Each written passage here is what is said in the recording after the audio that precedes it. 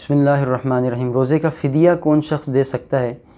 ایسا بوڑھا شخص جس کا کوئی چانس نہیں ہو، کوئی امید نہیں ہو کہ زندگی میں کبھی یہ اتنا توانا یا تندرست ہوگا یا اتنی اس کی قوت ہوگی کہ یہ روزہ رکھ سکے، تو ایسا بوڑھا شخص جس کو شیخ فانی کہا جاتا ہے وہ روزے کا فدیہ ادا کرے گا، کیونکہ روزہ نہیں رکھ سکتا۔ یا ایسا بیمار کہ جس کے کوئی چانس نہ ہو، ڈاکٹرز کہتے ہیں، حکیم کہتے ہیں کہ کبھی یہ ٹھیک ہی نہیں ہوگا بندہ، اسی حالت میں اللہ کو پیارا ہو جائے گا، تو ان دو اشخاص کے لیے، ایسے دو افراد کے لیے درست ہے کہ وہ روزہ نہیں رکھ سکتے تو وہ فدیہ ادا کریں۔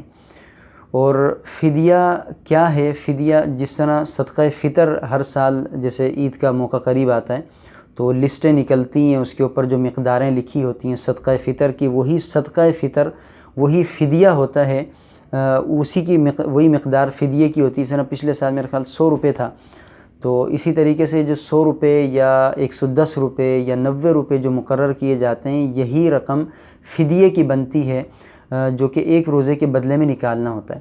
تو کوئی شخص بوڑھا ہے یا ایسا بیمار ہے کہ وہ روزے نہیں رکھ سکتا، ہمارے والد صاحب یا والدہ ہے، کوئی ایسے شخص ہیں، بڑے ہیں، دادا دادی، نانا نانی، تو ان کی طرف سے پھر فدیہ نکالا جائے گا، وہ خود نکالیں یا ان کی اولاد نکالیں ان کی اجازت سے۔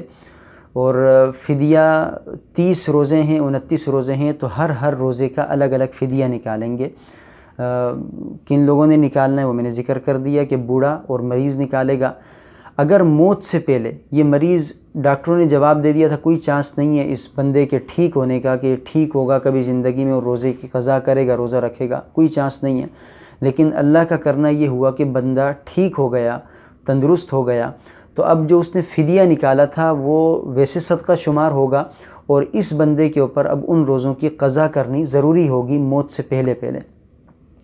لیکن اگر اس کی طبیعت درست نہیں ہوتی مریض کی اور بوڑھے کی، تو وہ فدیہ نکالیں اور وہ فدیہ ادا کریں گے صدقہ فطر کے برابر ہر روزے کی طرف سے الگ الگ۔ رمضان کے سٹارٹ میں سارے ادا کرنا چاہتے ہیں، اجازت ہے، بالکل نکال سکتے ہیں۔ رمضان پورا اختتام کر کے رمضان ختم ہو گیا، 29ویں روزے کو، 28ویں روزے کو سارے فدیے ایک ساتھ نکال دیے، درست ہے۔